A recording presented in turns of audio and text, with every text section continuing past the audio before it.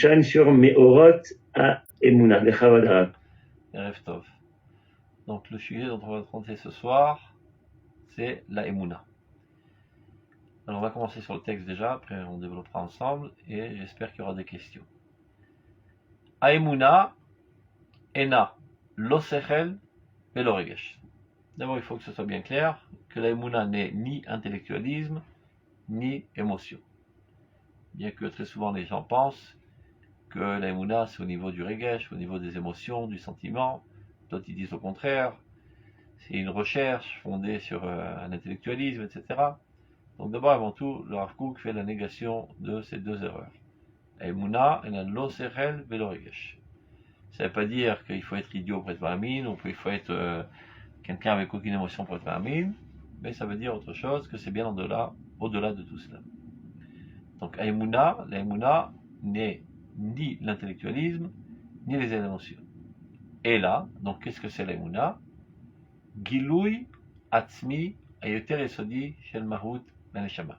Ce qui veut dire le dévoilement le plus essentiel et le plus fondamental de l'essence de notre âme. Shetzarich ladrich ota betrunata, et il faut savoir la mener à la gérer selon son caractère propre. Donc, ça, en mots, c'est midi, mais il faut un petit peu développer pour comprendre ce que le Rav veut dire par là. Seconde, d'abord, je vais enlever ce truc qui fait du bruit, ça me dérange. Voilà, c'est parfait. Donc, on va voir le texte, c'est bon. Qu'est-ce que ça veut dire que la Emouna n'est ni Sechel ni Regesh? En fait, la Emouna, c'est la vie elle-même. Le fait même que le divin se trouve en moi et que je le vis, il y a un problème de mots. Parce que si je dis je le ressens, c'est au niveau du sentiment. Si je dis j'en suis conscient, c'est au niveau de l'intellectualisme. Donc on a un problème de lexicon, il n'y a pas de mot adéquat. Même en hébreu c'est très compliqué. Je dis ani chove et achaim, je vis la vie me traverse, et j'ai une certitude que la vie est en moi. Ça veut dire, dans notre personnalité, on a plusieurs antennes. On a les antennes du sens. Alors le sens de l'odorat, du goût, de la vue, du toucher, etc. Ça capte les existences concrètes. On a l'intellectualisme qui lui capte les existences abstraites.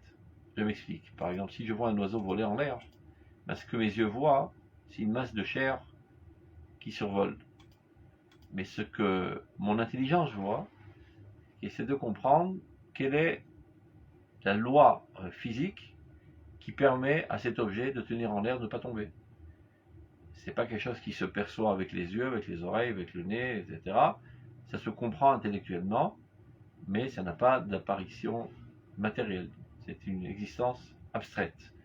Donc, l'antenne dans notre personnalité qui est capable de percevoir les existences abstraites, c'est l'intellectualisme, qui est, on va dire, le roi de la personnalité. Mais il s'avère qu'il y a quelque chose de bien plus puissant que tout cela. Car les forces que je viens de décrire comme le sentiment ou l'intellectualisme sont des forces de l'âme, mais pas l'âme elle-même. Ce sont des capacités de l'âme. Il y a une possibilité que l'âme, dans toute sa plénitude, de manière entière, capte l'existence. Et alors, seulement là, on arrive à une certitude. Car toute autre perception, au niveau du sens, on n'est pas sûr de bien voir, de bien écouter. Donc on a un doute. Même au niveau de l'intelligence. Lorsqu'on déduit quelque chose, on induit quelque chose, et on établit une théorie, ça paraît très plausible, jusqu'à que vient une contre-théorie et vient totalement annuler la théorie précédente. Donc on est toujours dans le doute. L'intellect n'est pas capable de produire une certitude. Ça se rapproche, mais c'est toujours un a priori, et c'est dans le doute. On a une autre force, qui s'appelle la Emouna, qui, elle, nous fait accéder à une certitude totale. Et c'est pas seulement envers Dieu. Par exemple, quelqu'un de saint d'esprit, qui n'a pas besoin de remède psychologique ou psychiatrique, il ne se pose pas la question si son père est son père et sa mère est sa mère. Bien que, théoriquement parlant, c'est possible, je sais pas, à l'hôpital, ils se sont trompés de berceau, ils l'ont mis autre part, ou bien Chazé Shalom, que sa mère a trompé son père, etc., etc. Et de manière générale, il y a une certitude, c'est une émouna parfaite, que mes parents sont mes parents. De même que j'appartiens à ce peuple, c'est aussi une certitude parfaite. Si je suis en plein combat, sur le front, et que je suis en train de combattre, je ne me pose pas la question de ce que je suis en train de faire là. Je risque ma vie, va savoir, c'est peut-être que j'appartiens pas du tout à ce peuple, je vais donner ma peau pour un peuple qui n'est pas le mien. Personne ne se pose ces questions-là. C'est une certitude, c'est une émouna. Donc on a un niveau de perception qui nous amène à une certitude totale du fait que ça ne vient pas d'une capacité quelconque de l'âme, mais de l'âme dans toute sa plénitude. De la même manière, le fait que le divin se trouve en moi, la divinité se trouve en moi, la continuité de la vie divine se trouve en moi, et c'est ça ma vie, ben je ne me pose pas la question, est-ce que je vis ou je ne vis pas, et je n'ai pas besoin de démonstration intellectuelle pour prouver que je vis. Et si j'en ai besoin, alors ma situation psychologique n'est pas tout à fait au point. Il y a une certitude parfaite que je vis, que la vie se trouve en moi, et je suis prêt à tout donner pour la préserver. Et non, je suis à court de mots, parce que si je dis cette sensation, on va croire que je parle de sentiment. Si je dis cette conviction, on va croire que je parle aussi d'une démarche intellectuelle. Donc, ce vécu, certain, c'est ça la Emouna. Emouna, c'est de la même racine que le mot Omanout, qui veut dire art. J'explique pourquoi je me sers de cela. Lorsqu'un artiste a une pensée abstraite, ou bien un sentiment abstrait d'amour, et qu'il arrive à le traduire en tridimensionnel, en concret, sur un tableau, et bien voilà qu'il dessine dans un tableau avec une maison, un soleil et du gazon, etc. Par là même, il arrive à exprimer l'amour qu'il ressent, par exemple, envers sa femme. L'amour, c'est quelque chose d'abstrait, alors que le tableau, c'est totalement concret. Dans l'observateur, lorsqu'il voit ce tableau, et bien, il capte que la dimension concrète avec ses sens, ses yeux. Mais il perçoit que derrière cela se cache un message d'amour. Et il le perçoit. Donc, on va poser des axiomes de base. L'artiste qui est capable de faire pénétrer son monde abstrait dans cette dimension concrète, on va l'appeler Ma'amin Activi. Quelqu'un qui est Ma'amin de manière active, puisque c'est lui qui est actif, qui fait pénétrer sa vie dans ce tableau. Le tableau, par contre, qui lui est totalement passif. On ne lui a pas demandé s'il voulait exprimer de l'amour, de la haine, de l'allégresse, etc. Mais qui exprime ce sentiment profond de l'artiste, on l'appelle Ma'amin Passivi. C'est le Ma'amin passif. Et la relation, excusez-moi, qui relie l'artiste à son tableau, c'est-à-dire ce courant abstrait qui vient de l'artiste vers le tableau et qui fait vivre le tableau, et dont le tableau exprime ce courant, c'est ça la Emouna. C'est pour ça que le matin, lorsqu'on se réveille, on dit Modé ani lefanecha, melech chai vekayam, shechezarta benishmati bechemla, rabba emunatecha. Ce qui veut dire, car comme on le sait, la nuit, une partie de notre vie revient à sa source. C'est la raison pour laquelle le fonctionnement du corps n'est pas total. Par exemple, le monde du sens ne fonctionne pas. On peut m'ouvrir les yeux, je vois rien. Mettre une fleur sous le nez, je sens rien. On met un bonbon dans la bouche, il se peut que de manière instinctive je le suce, mais je ne ressens aucun plaisir, etc. Tout le monde de sens est annulé. Pour ainsi dire, je ne vis pas dans toute ma vigueur, je suis un petit peu mort. C'est la raison pour laquelle le matin on se lève les mains, pour s'écarter de la pureté de la mort. Donc en quelque sorte, pendant la nuit, la vie divine ne me traverse pas totalement, mais très partiellement. Donc je ne suis pas un véritable tableau d'art qui exprime le divin. Je ne suis pas l'œuvre divine qui exprime totalement le divin qui est en moi. Et voilà que le matin, je me réveille et que la vie réapparaît dans toute sa vigueur. Donc j'en suis enthousiasmé et je m'exclame en disant Rabba emunatecha. Grande est ta emuna active. Grand est ton art active par le fait que tu fais pénétrer en moi ta vie et que je t'exprime. Donc toi tu es l'artiste, moi je suis le tableau d'art. Mais ce qui relie le divin, le tout suprême, la source de toute vie, vers moi, c'est ce flux-là qui me pénètre, c'est ça l'Aïmouna. Donc contrairement à ce qu'on a l'habitude de croire, que l'Aïmouna c'est un concept, de bien vouloir croire que Dieu existe, que Dieu a créé le monde, que Dieu fait ceci, que Dieu fait cela, ceci n'a aucun rapport avec l'Aïmouna. Ceci n'est qu'une philosophie, peut-être positive, mais ça n'a pas de rapport avec l'Aïmouna. L'Aïmouna c'est le fait même que le divin se trouve en moi et s'exprime à travers moi. Donc lui, il s'exprime, donc il est actif. C'est pour ça que je dis le matin, Rabba Emuna Techa, grande est ta Emuna, et non pas grande est ma Emuna envers toi. Et on dit aussi, dans la Tfila, Mekayem Emunato Lishene Afar, Baruch Ata Hashem Mechayem Etim. Dieu réalise sa Emuna, active, dans ceux qui sont allongés, endormis dans la terre. Béni soit-il l'Éternel qui ressuscite les morts. C'est-à-dire à la fin des temps, à nouveau, Dieu réinsufflera sa vie dans les corps qui sont sous terre et les fera revivre. Donc il y aura à nouveau une œuvre artistique divine. Du fait qu'à nouveau, il va réinsuffler sa vie dans ces corps qui à nouveau vont les exprimer. Donc on dit ça 3 fois par jour. Donc on voit bien que le mot Emouna en hébreu n'est pas une conception, ou bien un dogme, ou bien un axiome de base auquel on doit adhérer pour appartenir au judaïsme, au Dieu, etc. Donc de ce fait-là, on peut dire que tout ce qui vit est Mahamin.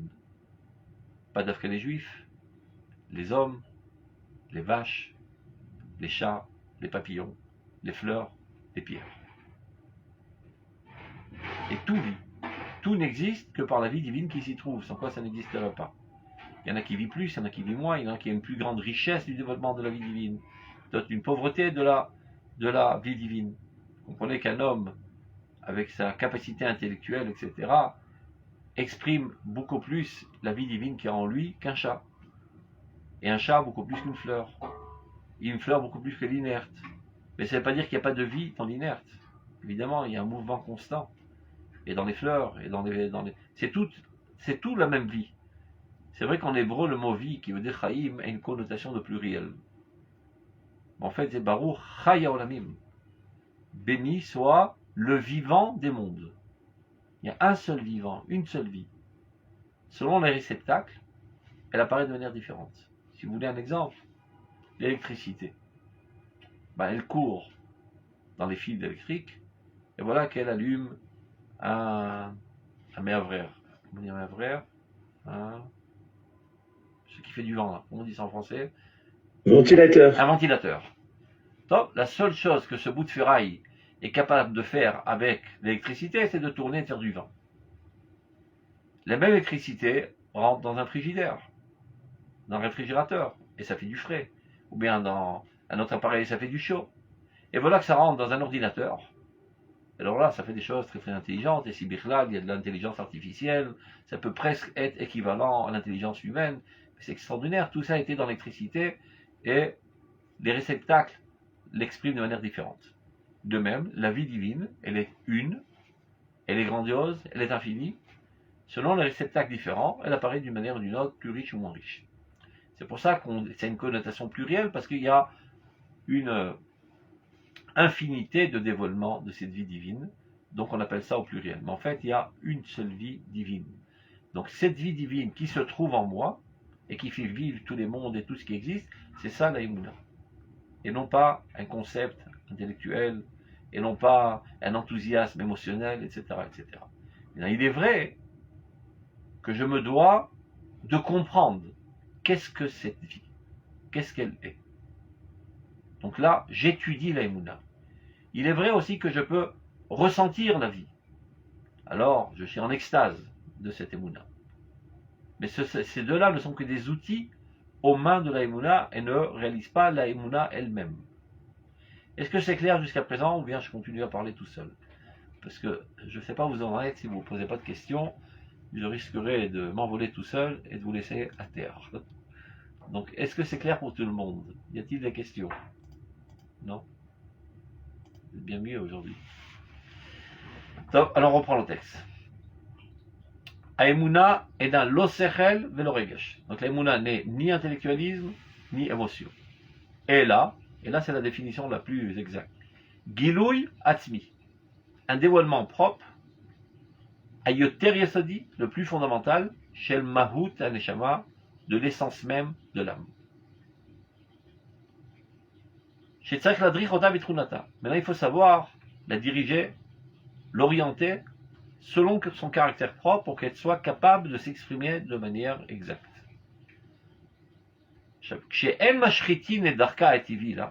Si seulement on n'abîme pas son cheminement naturel, elle a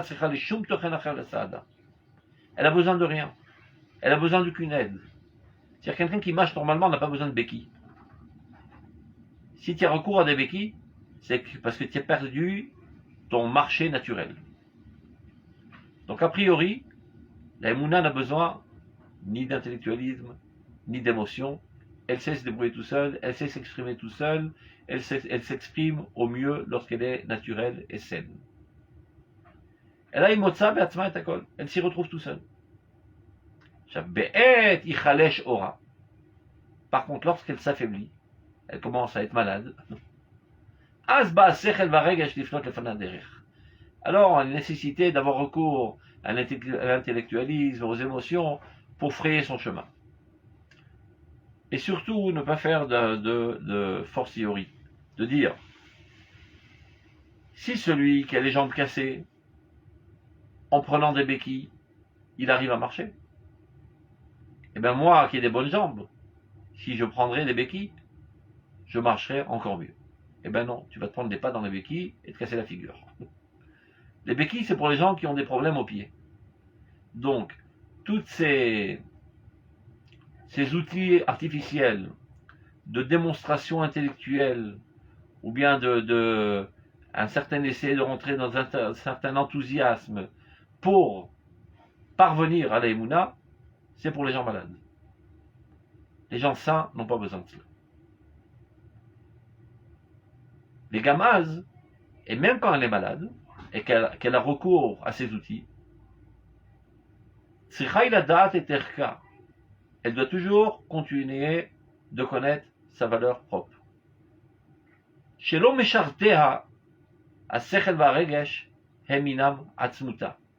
On n'est qu'un cas d'arriver à penser que ses serviteurs, entre guillemets presque ses esclaves, qui sont l'intellectualisme et les émotions, sont sa définition propre, son essence propre. On risquerait de se tromper à force d'avoir recours aux béquilles, de croire que mes pieds c'est mes béquilles. Non, c'est provisoire le temps que je récupère, que je réapprenne à marcher de manière naturelle.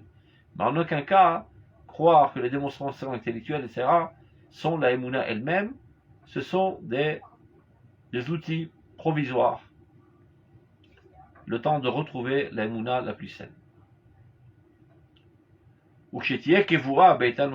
Et lorsqu'elle retrouvera son assise dans toute sa stabilité, אז הצליחו השכל והרגש בפינוי הדרך ובהמצאת האמצעים השכליים והמוסריים המסכלים את המכשולים מעל דרכה.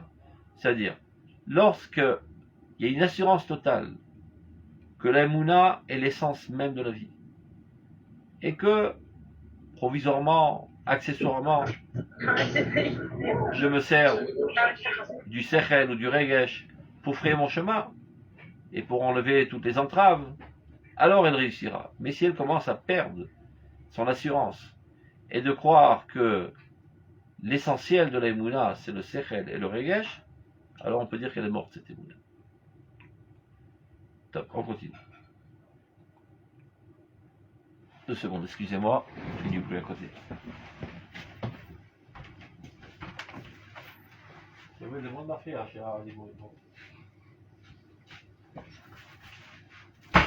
Recording stopped. Un petit peu de silence, ça fait du bruit. Recording in progress. Alors, on continue. ההסתכלות המיוחדת של האמונה, שהיא חלק השם בעצמה, הוא האור של הנבואה. Cette façon de voir très très spéciale de l'Aïmouna, de comprendre qu'elle est une partie même de la divinité, et bien ça c'est déjà la lumière de la prophétie. C'est-à-dire celui qui comprend parfaitement c'est quoi l'Aïmouna, et qui sait que l'Aïmouna n'est autre que le divin qui se trouve en lui, pas une connaissance qu'il a lue dans un livre, etc. C'est un vécu très très fort, très très très puissant dans sa personnalité. Et ben il arrive déjà au niveau de la prophétie. C'est-à-dire pour arriver au niveau de la prophétie, on va dire comme ça, une émouna très sophistiquée, très développée, très épurée de tout parasite, est censée t'amener en fin de compte à la prophétie. Car la prophétie c'est quoi en fait? C'est de permettre au divin de parler à travers toi. Encore faut-il que tu aies une conscience totale que ton moi le plus profond c'est le divin. Ani vao shiana, ani shamashkina. C'est-à-dire plus tu t'habitues à cette pensée, que ton essence la plus profonde n'est autre que le divin, la continuité du divin, et que tu écartes toutes les pseudo-mots, donc finalement, il commencera à parler ce divin, et tu arriveras à la prophétie. Donc, il faut faire très attention de ne pas commencer à divaguer. Il y a toutes sortes de fous qui sont pris pour Dieu aussi. Ce sont des très hauts niveaux. Il faut juste qu'on le sache. D'un autre côté, chacun de nous doit savoir quelle est sa place. Et on doit savoir vers quoi on doit aspirer. Ou Beredet Madrega, Shifat Ruach HaKodesh. Un niveau un peu plus bas, c'est l'influence de Ruach HaKodesh. Car comme on le sait, le Ruach HaKodesh, c'est la potentialité prophétique. Et la névoie, c'est lorsque cette potentialité est mise à l'œuvre de manière optimale. Bishagam ele yordim lifamim, ou mitardim imasechel varegesh vedarki giluyam. Parfois, le roi HaKodesh lui aussi chute un petit peu, c'est-à-dire apparaît de manière un peu plus basse. Il s'unit au sechel. Qu'est-ce que ça veut dire? Tu es en train d'étudier quelque chose, tu as deux manières de comprendre. Les deux sont légitimes a priori. Et il y a une sensation profonde que l'opinion X est plus vraie que l'opinion Y. Bien que les deux tiennent la route.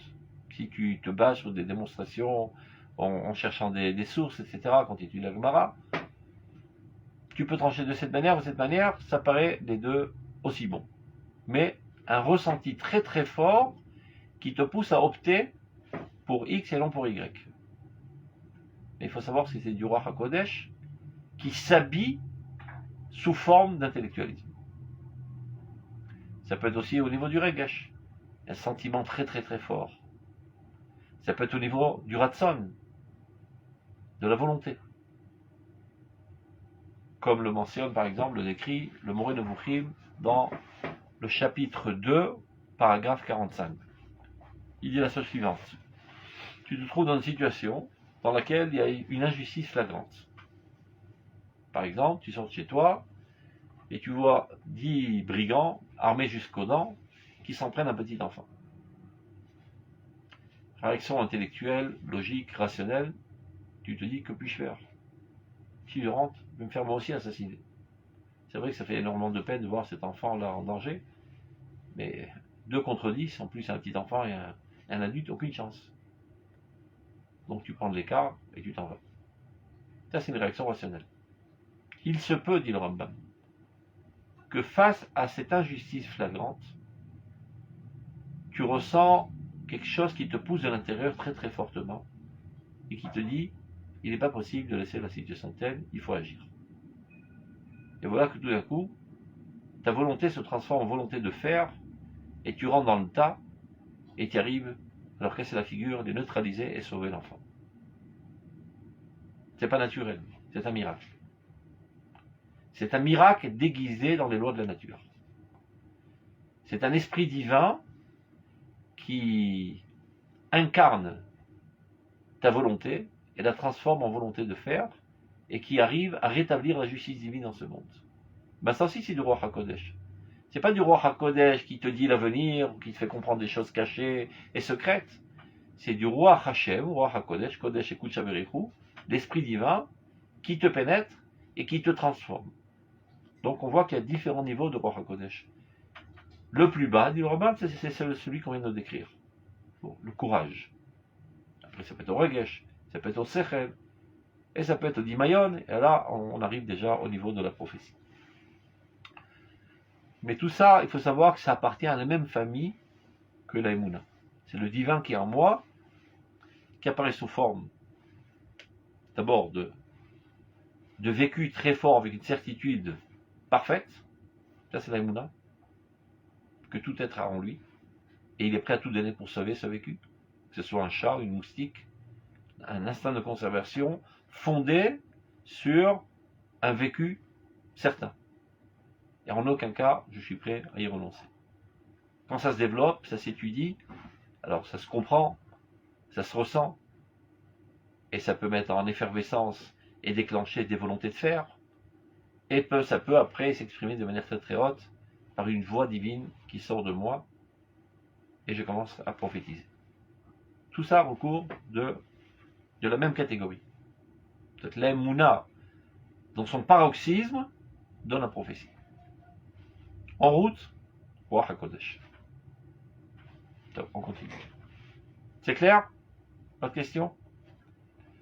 Quand vous ne répondez pas, je ne sais pas. Ou c'est très clair, ou bien vous n'avez rien compris.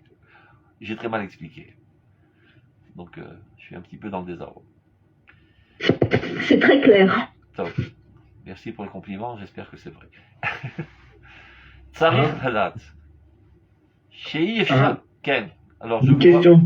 Est-ce que vous pouvez mettre vos caméras, comme ça je vois qui c'est qui pose la question, ça sera plus facile. Si vous en avez en tout cas. Pas obligé. Eh ben voilà, je te vois. Shemla. Parfait. Comme ça, c'est plus pratique.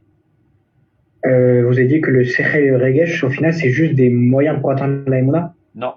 C'est pour ceux qui ont les jambes cassées qui prennent des béquilles. Normalement, tu n'as pas besoin de ça. Pourtant, il me semble qu'à un moment, le Rav Kook avait dit on ne peut pas construire un peuple sur une Emouna de grand-mère, non? D'accord. Il faut se baser sur des faits réels, sur une source. En aucun cas, le Rav Kook me dit que la Emouna doit être un aboutissement d'une recherche intellectuelle. Alors dans ce cas... N'oublions pas que le Rav Kook est l'élève direct du Kuzari, Rabbi Yehuda Levi, du Maharal et de toute cette lignée de Mekoubalim. L'Emouna, c'est le fait même de vivre. Maintenant, ce que tu veux dire, c'est la chose suivante. C'est que ta grand-mère ou ton arrière-grand-mère avait une Emouna de béton. Sans aucun doute. Et c'était une certitude. Mais il faut savoir qu'elle était naïve. Mais elle était naïve envers tout. Pas seulement envers ce domaine. Quand sa mère lui disait il faut faire comme ça, ben elle le faisait sans se poser de questions. Et quand son père lui disait comme ça, sans se poser de questions. Et tout ce qu'on lui disait, elle recevait de manière entière et naïve. Je ne dis pas ça dans le sens péjoratif du mot naïf. Une certaine intégrité comme ça. Par contre, si par exemple, Shemla, c'est quoi ton prénom? Israël. Israël. Je te dis, écoute Israël, tu vas acheter ma bagnole, elle est super. Alors, tu es un petit peu timide, tu dis, oui, monsieur le rabbin, extraordinaire, on va y réfléchir.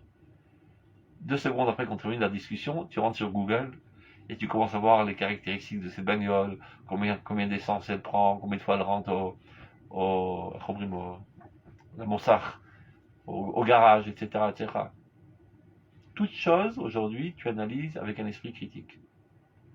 Tu vis dans une autre génération où l'approche intellectuelle, critique, analytique est 100 fois plus développée que les générations précédentes.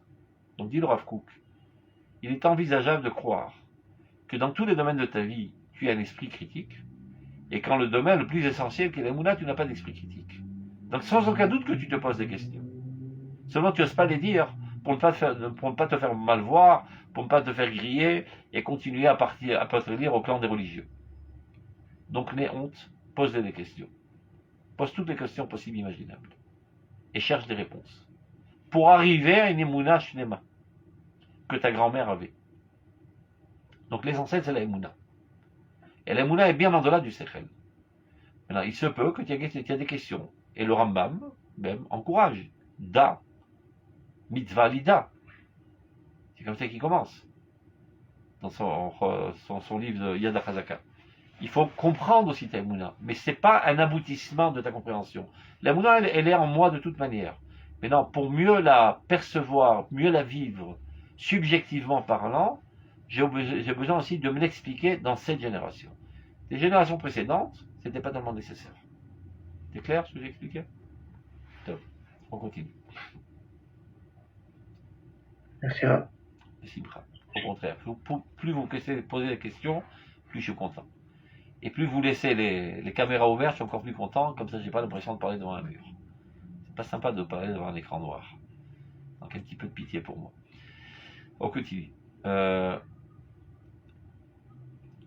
Donc c'est vrai que la date, Shifshar Lifnot El Hashem Yitbarach, non, on était là. C'est bon. C'est vrai que la date. Shifshar Lifnot El Hashem Yitbarach Veshom Sechel ou Shum Regesh. On ne peut pas se tendre, se diriger vers Dieu, ni par le Sechel, par l'intellectualisme, ni par Dieu, ni par le Regesh. C'est-à-dire si, suite à une démonstration, une recherche intellectuelle, tu arrives à Dieu, donc en fait c'est toi qui as créé Dieu. C'est le fruit de ta démonstration intellectuelle. Il y a plein de gens qui mentionnent un midrash de manière erronée. Midrash suivant.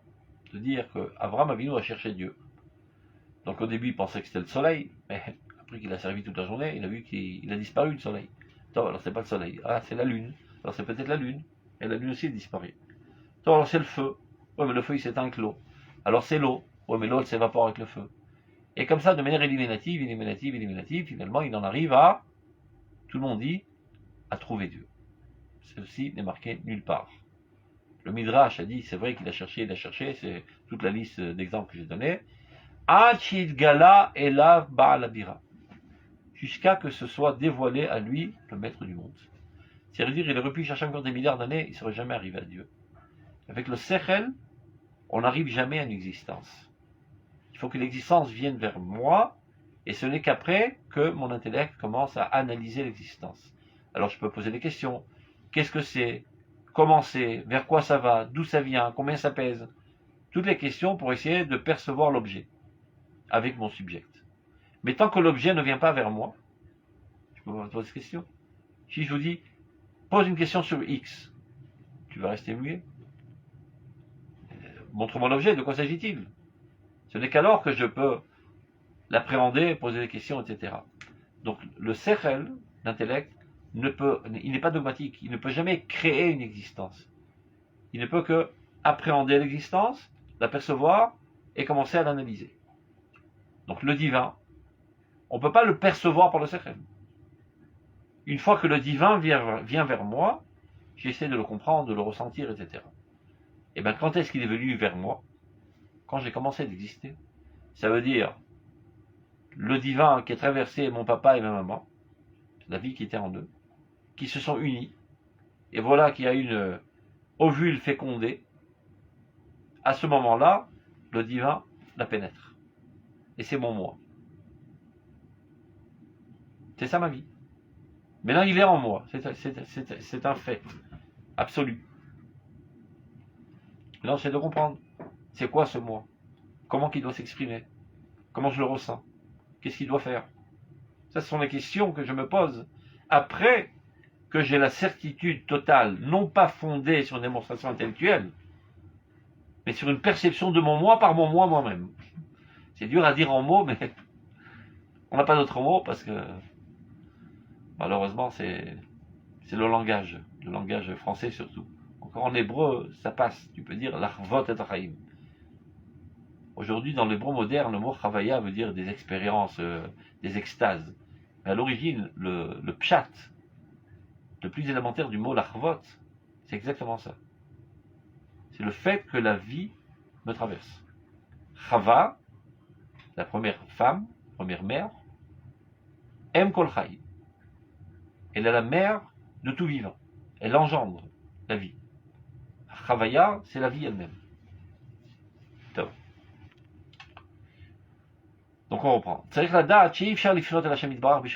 En aucun cas, on ne peut se tourner vers Dieu, ni par l'intellectualisme, ni par les sentiments. Il y a plus fort de raison par aucun des sens, comme ont voulu les faire les autres religions, qui essaient de rentrer avec des bottes emplies de boue dans le palais de Dieu. Donc, ils sont tellement primitifs qu'ils ont voulu toucher Dieu, goûter à Dieu, etc. Et donc, ils ont transformé Dieu en idole. Donc, au début, il y avait l'idolâtrie la plus primitive, il y a quelques millénaires. Après, il y a une idolâtrie plus moderne, ce qu'on appelle le christianisme. Ils disent que Dieu s'est concrétisé dans le ventre d'une femme juive et a été accouché. Et Jésus est la concrétisation de Dieu. Au moins on peut le toucher, voilà, il est là. On mange sa chair, c'est le pain béni. On boit son sang, c'est le vin béni, etc., etc. Essayer de percevoir le divin avec les sens. C'est-à-dire l'humanité revient à son état primitif. Et c'est ça la catastrophe du christianisme, qui, au lieu de permettre à l'humanité de progresser telle qu'elle était sur le bon pas grâce au début du judaïsme, ça a fait régresser l'humanité entière, mis à part toutes les catastrophes du christianisme qui ont empêché le développement de la science et qui ont persécuté tous ceux qui ne croyaient pas aux idioties, etc. C'est la raison pour laquelle il y a une bracha spécifique qui a été formulée à partir de l'apparition du christianisme, la Malchinim, la Meni Malchietikva, qu'on dit jusqu'à aujourd'hui, parce que c'est un désastre mondial. Donc, Kalvachomer Veshum Chouch, à plus forte raison qu'on ne peut pas percevoir le divin avec aucun des sens. Kiim Ba'emuna. On ne perçoit le divin que par la Emuna. Je traduis, c'est pas par hasard que je ne traduis pas par le mot foi. Ça n'a aucun rapport. Mais, donc on laisse ça dans le terme hébreu. Kiim Ba'emuna Levada. La Emuna, c'est cette certitude que le divin se trouve en moi, mais non pas fruit d'une investigation intellectuelle ou émotionnelle. C'est un vécu. Tfila, Yemuna. Lorsque je prie, Tfila, Nunachon, Tfilin. C'est un lien. Je rentre en contact avec Dieu. Et je ressens Dieu. Ça, c'est la Emuna qui apparaît sous forme de sentiment. Regesh. Ou l'Ovdo Bechol Vafrem. Vous le servirez de tout votre cœur. La Emuna, parfois, elle apparaît sous forme d'intellectualisme, d'étude de la Torah. La Emuna, elle s'exprime parfois sous forme de volonté, les mitzvot. Sous forme d'imagination, la prophétie ou bien la korbanot. Ce sont des expressions de la Emuna. Donc, une des expressions très très fortes de la Emuna, c'est la prière. Où je rentre en contact. Je me lie à Dieu et je fais en sorte que ma volonté soit totalement identique à la volonté de Dieu. Dieu aspire fortement à ce que Jérusalem soit reconstruite, et bien moi aussi. C'est mon seul souhait, que Jérusalem soit reconstruite. C'est le sens le plus profond de ma vie. Dieu souffre énormément du fait que son troupeau, les enfants d'Israël, sont éparpillés aux quatre coins du monde. Et il voudrait qu'ils retournent dans l'enclos, en Eretz Israël. Il en pleure à chaudes larmes toutes les nuits. Et bien moi aussi. Et en ça, je me rapproche de Dieu. Car nous avons des affinités, nous avons des aspirations communes. Et pas seulement une connaissance intellectuelle froide, jusqu'à en arriver à émotion et même à larmoyer. Donc une des expressions très très fortes du divin qui se trouve en moi, qui aspire au Kibbutz Galiot, qui aspire à Bonei Binen Yerushalayim, c'est la prière, lorsque je le dis. Pas seulement quand je fais une récitation de texte, évidemment, quand je suis totalement concerné par ce que je dis, mobilisé par ce que je dis, etc. Ira ve'ava, la crainte de Dieu, ça veut dire la révérence, la crainte de la révérence, je suis ébloui devant la grandeur de Dieu. Ahava, l'attirance, la volonté d'être avec, la sympathie. Il y a un gamken gilouyim shalaimuna. Ça aussi sont des dévoilements de la Emouna. Encore une fois, ne pas se tromper, ce n'est pas la Emouna elle-même, mais ce sont les dévoilements de la Emouna. Parfois, on se sert de ces terminologies de dire le sens de la Emouna, au regesh Emouna, le sentiment de la Emouna. Plus fortement, des fois on dit la science théologique, la science de la foi, etc. Mais sechel Emouna, l'intelligence de la Emouna.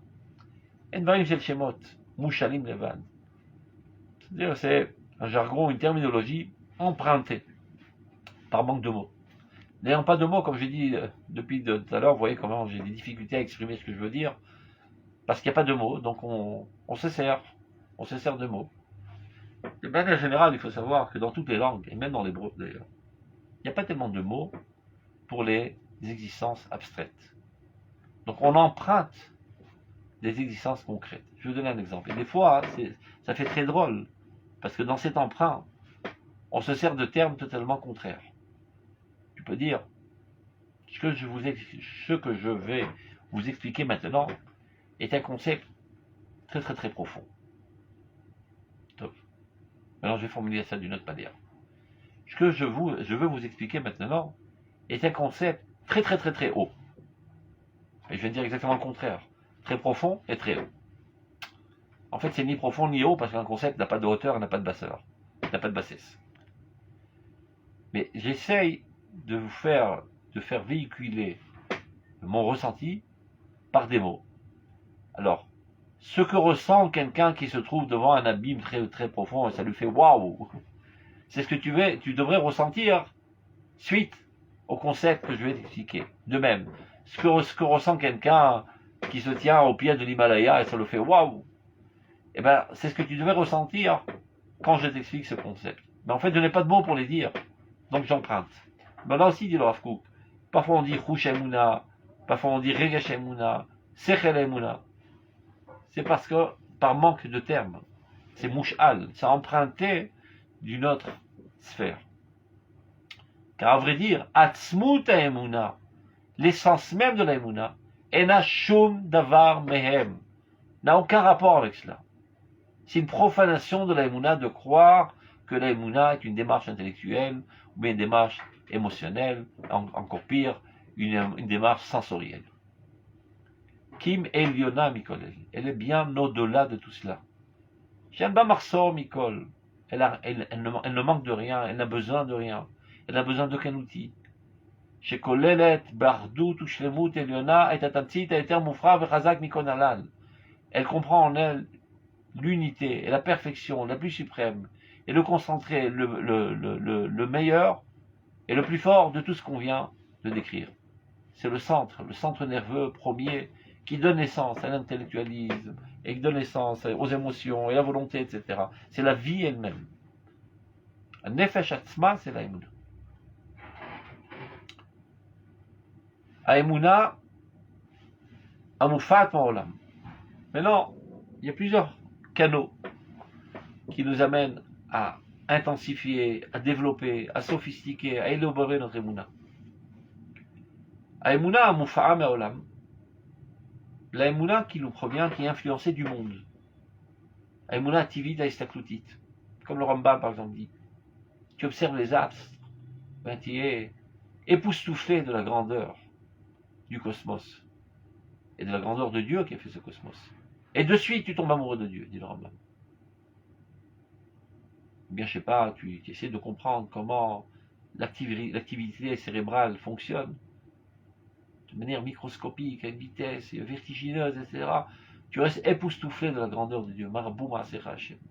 Donc des fois, par l'outil de la science, l'analyse de l'existence concrète, astronomique ou bien médicale, peu importe, physique, chimique, tous les domaines de la science, ça intensifie ton Emouna.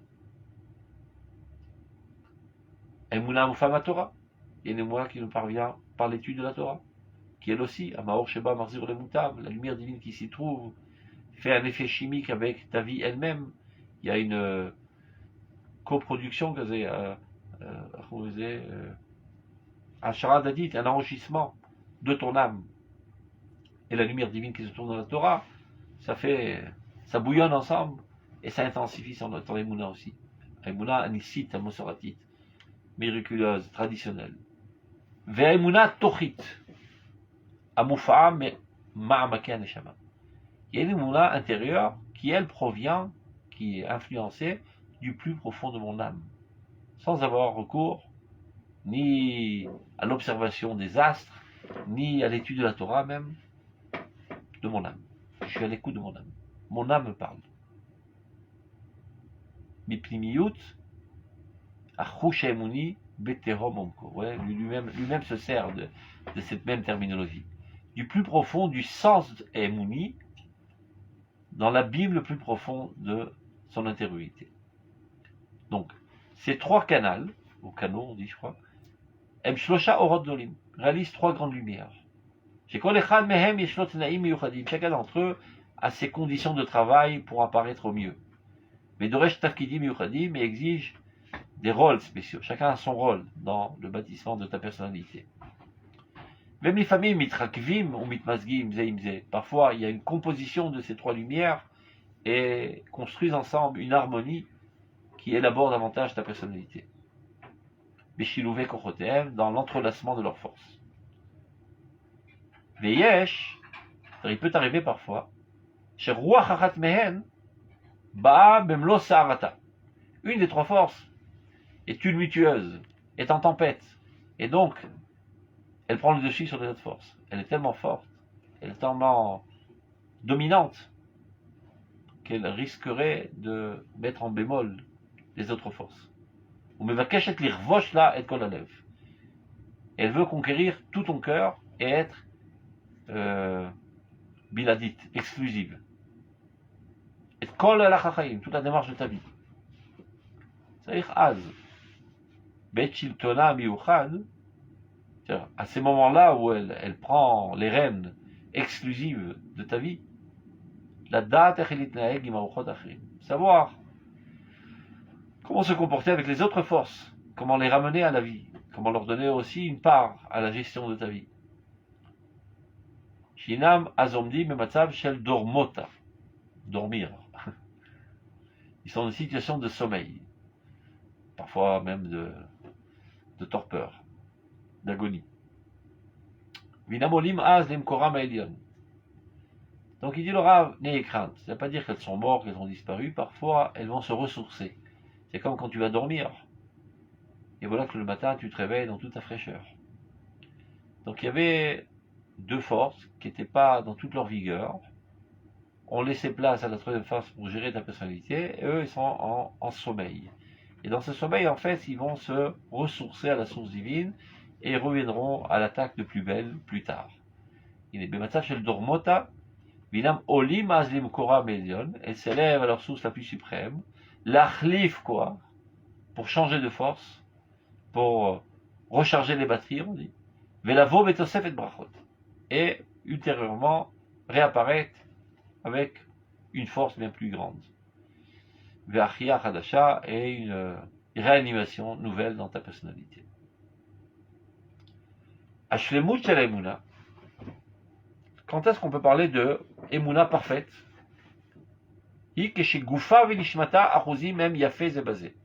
Lorsque son corps et son âme sont profondément liés de manière harmonieuse. Donc on va comprendre ce que ça veut dire le corps de la Emouna et l'âme de la Emouna. Shehi Aimuni utativit va mesora beyachat. Donc il y a la Emouna naturelle, spontanée, que tu as depuis que tu es né.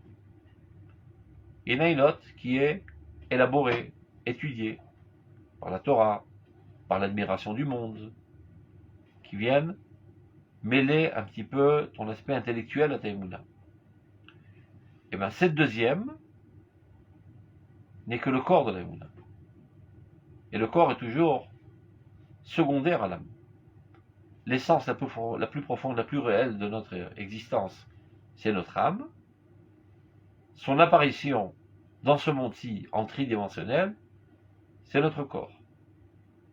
Et là, il faut faire très attention aux métaphores qui sont à l'usage.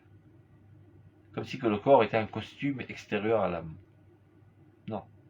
Le corps est l'âme. Et l'âme est le corps. De la même manière que le corps, c'est du vide. C'est quoi le corps? C'est une addition d'électrons. Par contre, d'atomes et d'électrons. Et les électrons, les atomes eux-mêmes, il n'y a rien. À la base de tout, c'est de l'énergie, en fait. Et on a comme l'impression qu'il y a une certaine matière et un corps. Ben, l'âme se trouve aussi mêlée dans cette existence. L'âme et le corps.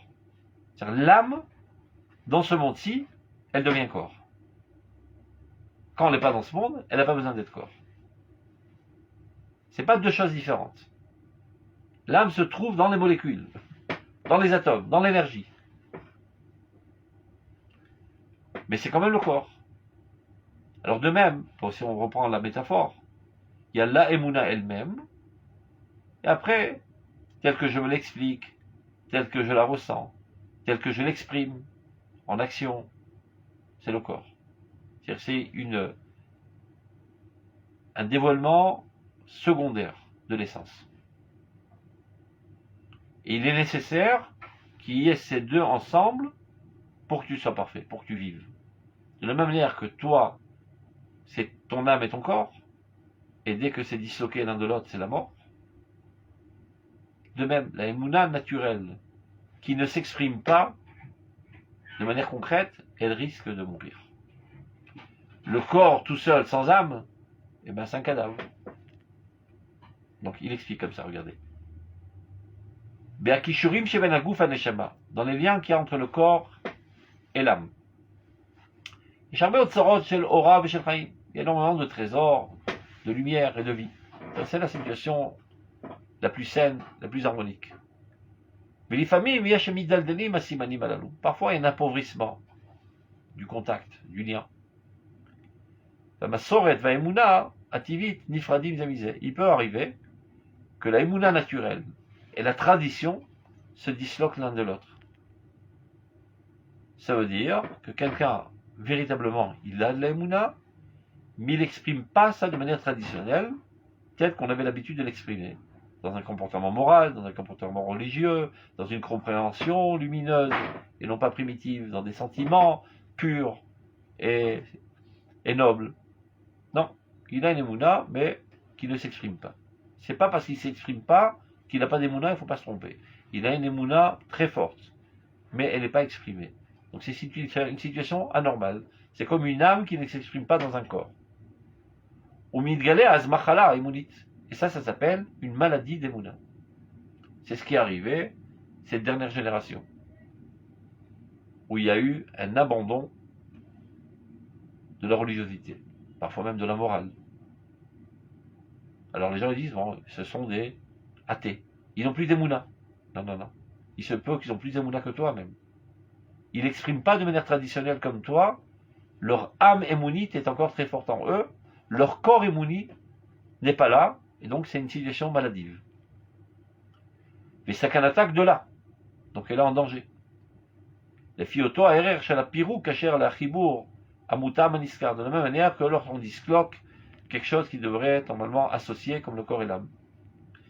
ולפעמים מרוב שטף אור של האמונה הפנימית מתעלה היא מעל האמונה המסורתית. Parfois il peut arriver d'Afka, de manière paradoxale, qu'il y a une émouna intérieure très très forte qui s'élève très très haut, en delà de toute émouna traditionnelle, et qui se sent un petit peu étouffée dans la tradition, et donc qui s'écarte de la tradition. C'est pas par un rapetissement de la émouna, mais au contraire, par un grandissement soudain de la émouna, qui se trouve étouffé dans les comportements traditionnels, dans les pensées traditionnelles, dans les sentiments traditionnels, et donc elle s'en écarte, et en quelque sorte, c'est une certaine mort. C'est comme si que l'âme ne pouvait plus se porter dans le corps, elle s'en retire. C'est une certaine mort. Mais c'est une élévation quand même. Les gamzés, afalpi sheba l'idée aliyah ruchanit, bien que ceci provienne d'une élévation spirituelle, à Rezeb Gam, en fin de compte, c'est un moum, c'est un défaut. Vedilou koach, et un appauvrissement de la force, parce que toute essence qui ne s'exprime pas peut se tarir. Vatochen habari oler tamid batama. Quand est-ce qu'on peut parler d'une situation en toute santé? Lorsqu'il y a une harmonie entre les deux. Ou beotamida, maintenant il peut avoir une autre maladie. Chez Emouna Rouchanit Mitala. Mitala Emouna Masoratit Ima. Ça c'est la situation normale où ça va dans une commune mesure, l'élévation. C'est-à-dire une élévation de l'Emouna intérieure entraîne l'élévation de l'Emouna extérieure, c'est-à-dire de l'expression traditionnelle. Ola Ima, Vena Yoredet Ima, elle s'élève avec elle et elle ne chute pas. Alide Chochma Eliona, et ceci se fait par une intelligence suprême, c'est-à-dire l'étude de la Torah la plus profonde, surtout des secrets de la Torah. Mirour Moussari, c'est-à-dire d'éradiquer tous les aspects immoraux qu'il y a en nous, il y a fait. Mit Masgot, il y a fait à Echuyot. Et alors on arrive à une complémentarité, une harmonie parfaite entre ces deux valeurs. Chez Shte Machlakot Aemuna Lalou, ces deux, on va dire, partie de l'Emouna. L'Emouna intérieure, totalement abstraite, la vie elle-même, et son expression dans les comportements, dans les conceptions, dans les sentiments, etc. Ben olchot ou mitgabrot, et de cette manière, elles vont en se renforçant l'une l'autre. Mitatrot, et se couronne, ba'ter dusha, une couronne de sainteté. Ou mechayot et anam vechaye olamim, ils font vivre l'homme d'une vie éternelle.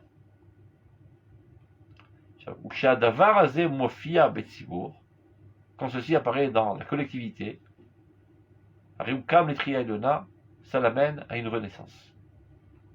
Peulot mazirot shel or olam, et ceci fait naître toutes sortes d'actions grandioses, de lumière mondiale, mitgalot bekirbo. Et ça c'est vrai pour tous les humains. Maintenant, qu'est-ce qui se passe dans le peuple d'Israël? Ou d'Israël, chibou veichudze, cette union, cette unification des deux émounot, ou amevukash apnimi. C'est ça notre recherche constante intérieure. C'est le tochen maaseh shel kol mitzvah. C'est ça ce qu'on veut faire par l'intermédiaire des mitzvot. Kol mitzvatecha emuna. La mitzvah est la emuna active dont j'ai parlé tout à l'heure. Quand tu fais une mitzvah, c'est comme si tu dessinais un tableau d'art. Comme cet artiste qui est capable de faire pénétrer son sentiment d'amour envers sa femme dans un tableau d'art, toi aussi, tu es capable d'être un artiste actif, de faire pénétrer ta vie, ta émouna, ta vie divine qui se trouve en toi, dans l'œuvre de tes mains. Et voilà que tu as fait une mitzvah. Cette mitzvah est une concrétisation de ta émouna, une réalisation de ta émouna. C'est une œuvre d'art. Et toute chose qui se concrétise et qui se réalise renforce davantage l'essence. Comme l'exemple que je donne toujours, la racine donne naissance à la fleur. Donc la fleur n'est que l'expression de la racine. Mais du fait qu'il y a une fleur maintenant, par l'effet de photosynthèse par exemple, ça va renforcer davantage la racine, qui va permettre à donner naissance à d'autres fleurs. Et plus il y aura des fleurs, plus ça renforcera la racine, plus ça donnera davantage de fleurs. Donc c'est un courant à deux sens. C'est ce qui s'appelle dans la terminologie kabbalistique Or Yachar, Or Choser. Or Yachar, Or Choser. Yachar, c'est de l'essence vers l'expression. Choser, l'expression intensifie l'essence. Orim Dolim, Mofim Alav, des grandes lumières apparaissent. Mais Zivelion, un rayonnement suprême, Mazri Achalav, rayonne et regarde de sa lumière. Ashra Adam Shomerli, Ishkod al Datotai, Yom Yom. Heureux l'homme qui m'écoute et qui se tient à ma porte tous les jours, l'Ishmor Mezuzot Pitri, pour préserver les linteaux de ma porte, qui Motsaï Matzachaim. Celui qui m'a trouvé par cette porte, il trouvera la vie. C'est-à-dire les portes, Sha'ar, en hébreu, qui est une porte, dans Shon Shi'or. C'est la juste mesure, ni plus ni moins. La halakha, elle est très précise. C'est la manière la plus précise d'exprimer notre âme, ni plus ni moins. Si tu mets les tefilines à 2 cm plus haut, ça marche pas. Tu dis, c'est très pointueux sur les détails, vous. Eh ben, sache que dans le corps, c'est exactement pareil. S'il y a, au niveau microscopique, même dans ton cerveau, il y a quelque chose qui bouge, qui va pas exactement comme il devrait être, eh ben, tu es paralysé. C'est au niveau du micron.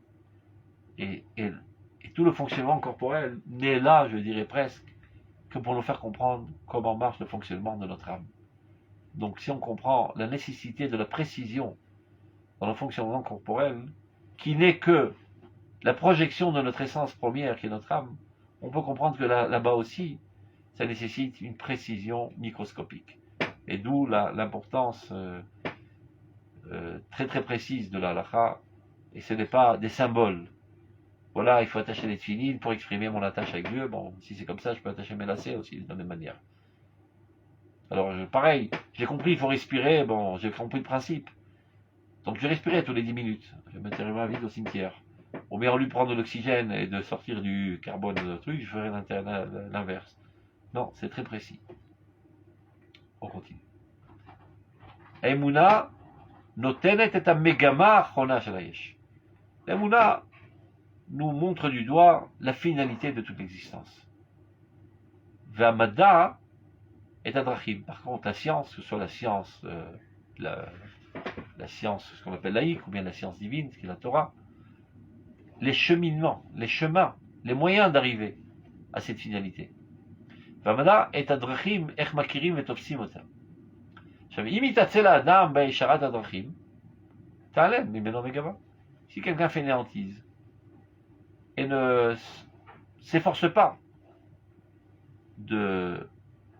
d'adroitir, je peux ça se dire, de rendre droit ses chemins, et bien finalement, la finalité, il la perdra.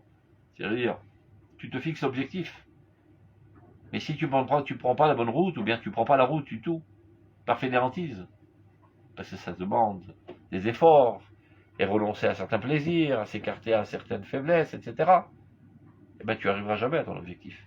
Rien ne sert de déclarer des déclarations enthousiasmantes tous les jours, des objectifs louables et des prophéties de nos prophètes. Si tu ne mets pas la labeur, tu ne retrousses pas tes manches et tu commences à prendre la route. Vimirdal, diot oreg la megama. De notre côté, on peut arriver à un autre absurde aussi. Irdal diot oreg la megama. Il arrête d'être, de se languir, disons, de la finalité. Yavdou kol adrachim et erkam. Alors de la même manière, tous les chemins perdront de leur valeur. C'est-à-dire, il peut y avoir quelqu'un qui est très pointilleux sur tous les plus petits détails de la halakha. Mais il ne connaît même pas la finalité de tout cela, car il n'a jamais étudié la Emouna. Il ne sait pas à quoi tout cela mène. Donc finalement, ça ne l'amènera pas à la finalité. Ni lui à l'échelle individuelle, encore plus le peuple. Donc si on extirpe du peuple Torah Tarazim, la Torah de la Emouna, la Torah des grandes lignes de l'idéal divin, ben c'est mettre le peuple d'Israël à mort. C'est pour ça qu'il faut combattre très fortement contre cette approche sèche de la Torah qui nous fait adonner de manière mécanique et sèche et aveugle un comportement ilkratique, mais nu de tous les idéaux les plus grandioses qui sont développés dans les livres de la Emouna. C'est de ça qu'il parle. Imirdal liot oreg la megama. Si l'homme cesserait d'avoir une envie profonde, de se languir des finalités, des objectifs les plus lointains, les plus grandioses, les plus nobles, yovdu kol adrachim et erkam. Alors tous les chemins et tous les moyens perdront toute leur valeur. Vesofam leatrot, et encore pire, ils te tromperont. Ils te mèneront vers d'autres objectifs, qui ne sont pas louables, qui ne sont pas la volonté de Dieu. Pourtant, tu étais très à cheval et très minutieux sur la halakha, mais tu n'as aucun objectif dans ta tête. Et donc, par la halakha elle-même, tu vas arriver à des non-sens et arriver à forger ta volonté de manière qu'elle soit totalement contraire à la volonté de Dieu. Vas dans la seplosan mavet. Et la Torah elle-même devient pour lui un poison de mort.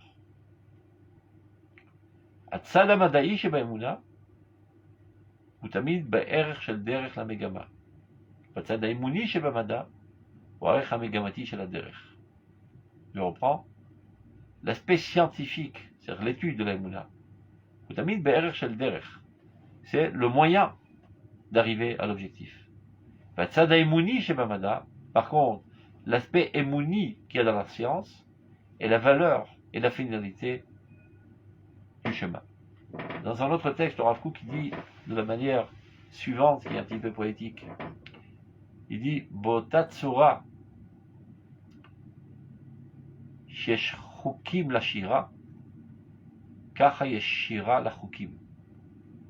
De la même manière qu'il y a des lois dans la chant.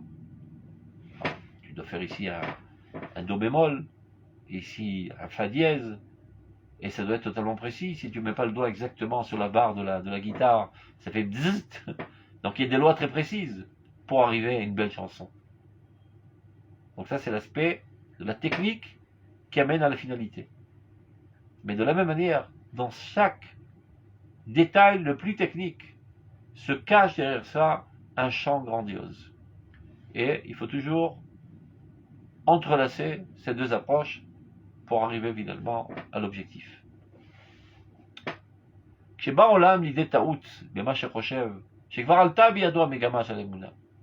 monde peut se tromper de croire, c'est bon, on est déjà arrivé à la finalité de l'Emouna. Et donc plus besoin non plus des moyens. Bon, la finalité de l'Emouna, c'est de rapporter le peuple sur sa terre, bon, on y est. Donc, Shabbat, Kashrut, Tfilin, on débarrasse, par exemple. Miyad ou Batri, la sourde humaine, sans se rendre compte, il va s'en écarter finalement. Il faut savoir que l'objectif, il est très lointain, non seulement il est très lointain, il est infini. Constamment, nous serons en mouvance vers Dieu, vers l'idéal divin. Au contraire, sa suprématie, le fait qu'il est si grandiose, si caché, si presque inaccessible, c'est ça tout le bien qui est en elle, toute la lumière qui est en elle, qui nous met en dynamisme constant. Sans quoi on arrêterait, on jetterait l'encre, on ferait on stagnerait. On sait très bien ce qui arrive à des eaux qui stagnent. Finalement, ils sont remplis de microbes et commencent à pourrir. Il faut toujours être en dynamisme. Donc plus les objectifs sont lointains, ils nous paraissent inaccessibles, plus ceci nous motive à courir plus vite et plus vite et plus vite et de progresser constamment. Une société qui pense être arrivée déjà à l'aboutissement de son idéal, eh bien, petit à petit elle se décompose, elle se détruit, elle disparaît. C'est ça toute sa vérité et toute sa puissance. Et une fois qu'on perd ce contenu de la finalité, parce qu'on pense qu'on est déjà arrivé à la finalité, donc il n'y a plus vers quoi aspirer. Alors, malheureusement, les moyens qui sont censés normalement nous amener au bien nous trompent et nous font périr et nous autodestruisent parfois. On arrive à une situation qui est décrite dans ma Sechet Sota, qui décrit les phénomènes, les caractéristiques de la génération messianique. Une d'entre elles, c'est Chochmat Sofrim Tisrach. La sagesse des Sofrim sera puante. C'est-à-dire les gens ne voudront plus écouter les messages de la Torah. Pourquoi? Mais parce que ces messages-là sont secs. Ceux qui enseignent la Torah sont secs d'idéal. Et il peut avoir une situation antagoniste, bizarre, surprenante, que le bas peuple, qui lui n'étudie pas la Torah, a des idéaux parfois très très hauts, mais il ne sait pas comment les concrétiser, les réaliser, parce qu'il n'a pas les moyens de la Torah. Et d'autres qui sont des athlètes en technicité de la Torah, mais eux n'ont pas les idéaux. Et donc de fait, ils sont plus petits que les autres. Donc les autres ne ressentent pas un besoin de recevoir des directives et de se soumettre à leur autorité, parce que au plus profond de leur émouna tivite, de fait, parfois ils sont plus grands que ces enseignants de la technicité.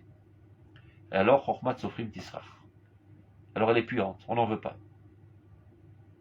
Adam Argish, Shuyoren Nechassav Meusharim Aruchanim, et petit à petit, l'humanité et le peuple d'Israël ressent qu'il perd son patrimoine, ses biens, qui sont censés l'amener au bonheur, ses patrimoines spirituels.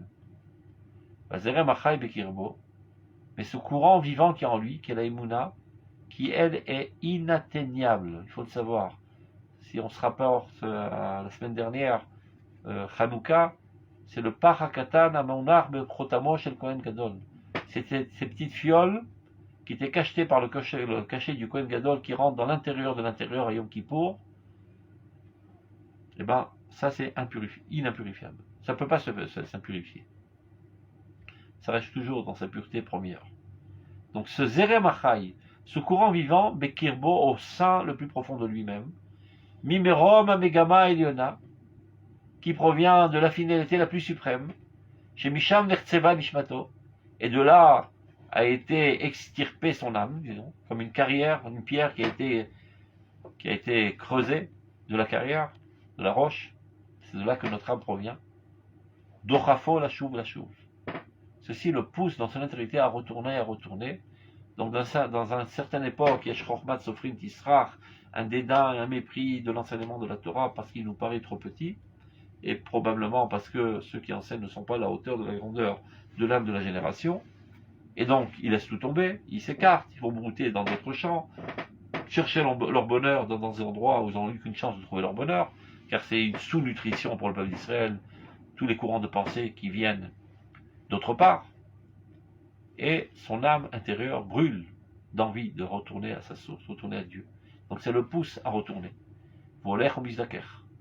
Il ira en se purifiant petit à petit, Oler Vachav, et en retournant, Hachechoser Limrom Emuna, jusqu'à qu'il retournera au summum le plus sublime de la Emuna. J'espère que ça a été assez clair. Je n'en ai aucune idée, puisque je n'ai pas eu le mérite d'avoir tellement de questions. Donc, portez-vous bien. Shabbat Shalom. Kol Tov. תודה רבה. Kol Tov. Shalom.